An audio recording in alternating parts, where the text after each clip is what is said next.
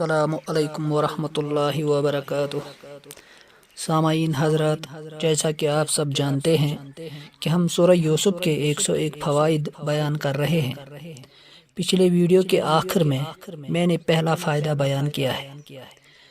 امید ہے آپ حضرات نے سنا ہوگا۔ اسی طرح ہم آج اسی سلسلے کا دوسرا فائدہ بیان کریں گے۔ امید ہے کہ آپ اس کو خود بھی سنیں اور دوسروں کے پاس بھی پہنچانے کی کوشش کریں گے۔ چلیے پھر شروع کرتے ہیں۔ اعوذ باللہ من الشیطان الرجیم، بسم اللہ الرحمن الرحیم۔ انی رأیت، میں نے دیکھا۔ فائدہ نمبر 2، 4 الفاظ کے استعمال سے بچنا چاہیے۔ ہمارے مشائخ 4 الفاظ استعمال کرنے سے بہت گھبراتے ہیں، بلکہ وہ تلقین کرتے ہیں کہ ہم یہ الفاظ استعمال ہی نہ کرو۔ وہ 4 الفاظ یہ ہے: انا یعنی کہ میں، لی میرا، عندی میرے پاس، نحن ہم۔ ان 4 الفاظ کو استعمال کرنے سے گھبرانے کی وجہ یہ ہے کہ یہ چاروں الفاظ قرآن مجید میں استعمال ہوئے ہیں، اور جن لوگوں نے استعمال کیے انہوں نے اس کی سزا بھگتی۔ مثال کے طور پر انا کا لفظ ابلیس نے استعمال کیا۔ اس نے کہا انا خیر منہ، وہ انا کا لفظ استعمال کرنے کے بعد مردود ہو گیا۔ لی کا لفظ فرعون نے استعمال کیا۔ اس نے کہا یا قوم الیس لی ملک مصر وہذہ الانہار تجری من تحتی۔ اس کو اپنے دریاؤں کے نظام پر بڑا مان تھا، اس لیے اس نے لی کا لفظ استعمال کیا، اور اللہ تعالیٰ نے اسے دریا میں ڈبو کے مارا۔ گویا فرما دیا کہ جس چیز پر تجھے ناز تھا تیرا انجام بھی اسی میں ہوگا، اور تمہیں پتہ چلے گا کہ یہ دریا تمہارے ہے یا کسی اور کے ہیں۔ عندی کا لفظ قارون نے استعمال کیا۔ اس نے کہا انما اوتیتہ علی علم عندی، کہ میرے پاس جو مال ہے یہ میرے خون پسینے کی کمائی ہے۔ میں اتنا اچھا بزنس مین ہوں، میں نے فلاں ڈیل کی، مجھے اتنا منافع ہوا، کوئی درختوں سے اتارا ہوا پیسہ تو نہیں۔ اس نے کہا میں نے اپنے اس علم کے ذریعے کمایا جو میرے پاس ہے۔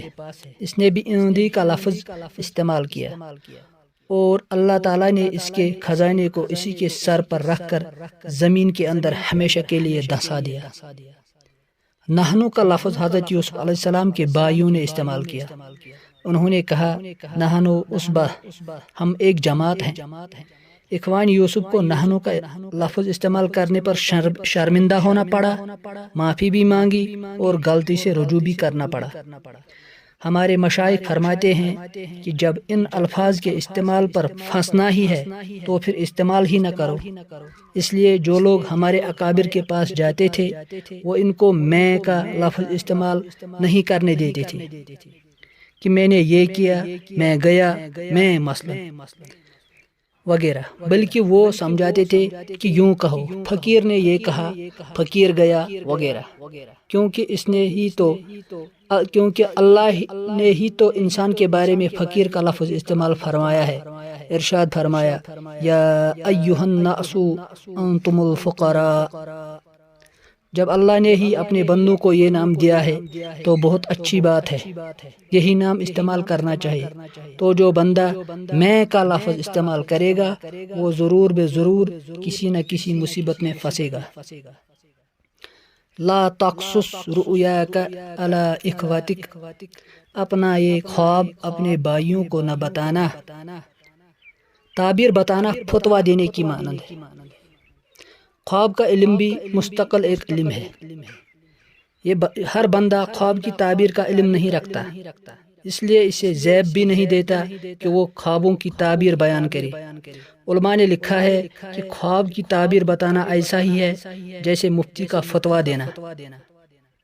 تو جیسے ہر بندہ فتویٰ نہیں دے سکتا، اسی طرح ہر بندہ خواب کی تعبیر بھی نہیں بتا سکتا۔ ہاں اگر کسی کتاب میں سے تعبیر پڑھی ہو یا کسی عالم سے سنی ہو تو سبق کے طور پر سنا دینا الگ بات ہے۔ کچھ لوگوں کو خواب کی تعبیر بتانے کا شوق ہوتا ہے، ایسا نہیں کرنا چاہیے۔ خوابوں کی تعبیر کا علم، خوابوں کی تعبیر کا علم اللہ تعالیٰ نے حضرت یوسف علیہ السلام کو عطا فرمایا، پھر اس کے بعد اس امت کے علماء کو بھی یہ علم ملا۔ ابن سیرین رحمۃ اللہ تعالی علیہ اس امت کے وہ عالم ہیں جن کو اللہ تعالیٰ نے خوابوں کی تعبیر کا علم دیا۔ انہوں نے تعبیر رویا نامی ایک کتاب بھی لکھی ہے جس میں انہوں نے خوابوں کی ایسی عجیب و غریب تعبیریں بیان کی ہیں کہ انسان پڑھ کر حیران ہوتا ہے۔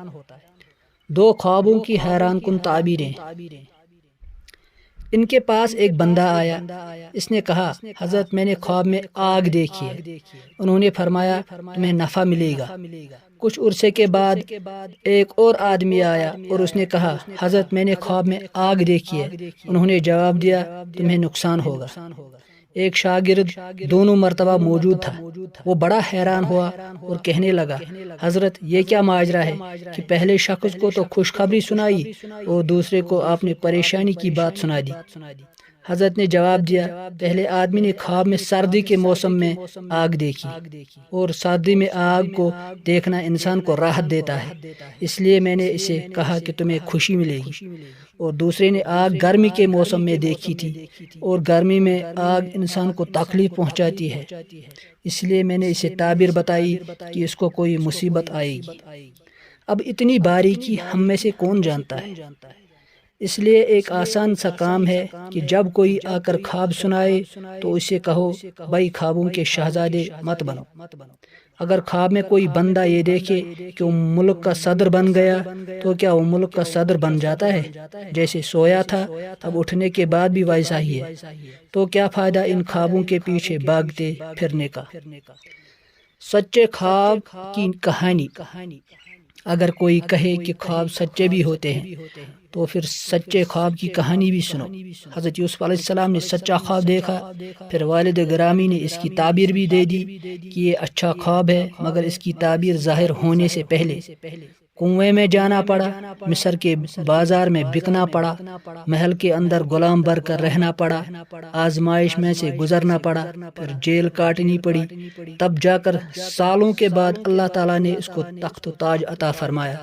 کیا اتنا مجاہدہ کرنے کے لیے کوئی تیار ہے؟ پوری زندگی اس میں گزر جائے گی۔ سچا خواب نبوت کا 40واں حصہ کیوں؟ ہاں اس حدیث پاک میں ہے کہ سچے خواب نبوت کا 40واں حصہ ہے۔ کبھی سوچا کہ ان کو نبوت کا 40واں حصہ کیوں کہا گیا؟ نبوت کی زندگی 23 سال تھی، ان 23 سالوں کی 46 ششماہیاں بنتی ہیں، اور قرآن مجید اترنے سے پہلے نبی علیہ السلام جب غار حرا میں جاتے تھے تو 6 مہینے تک رویائے صادقہ نظر آتے رہے۔ وہ 6 مہینے نبوت کا 46واں حصہ بنے، اس لیے سچے خوابوں کو نبوت کا 46واں حصہ فرمایا گیا۔ باقی والسلام، انشاءاللہ یہ سلسلہ یوں ہی جاری و ساری رہے گا۔ فائدہ نمبر 3 انشاءاللہ کل اپلوڈ ہوگا۔ باقی والسلام۔